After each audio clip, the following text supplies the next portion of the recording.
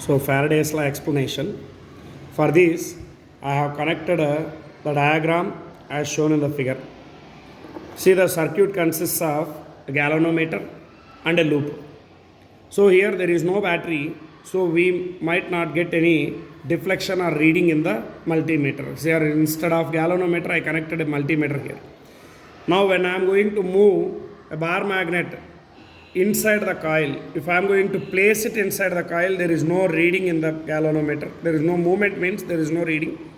If I am going to move the bar magnet near and away from the coil, you can observe that there is a reading in the multimeter as it is in the galvanometer.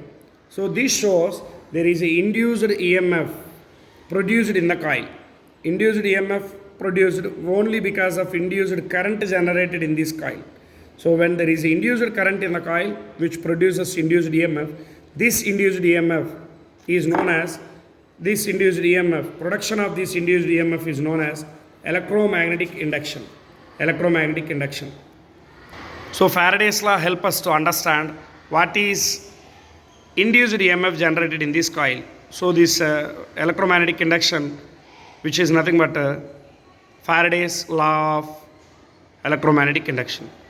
See, in this the induced EMF generated in the closed loop is equals to rate of change in the magnetic flux passing through it.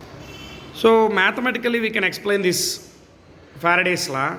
So induced EMF is equals to change in the flux per unit time. So change in the flux is nothing but delta phi by d. Delta phi, change in the flux is nothing but delta phi.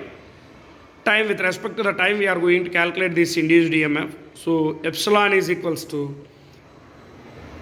del phi by del t.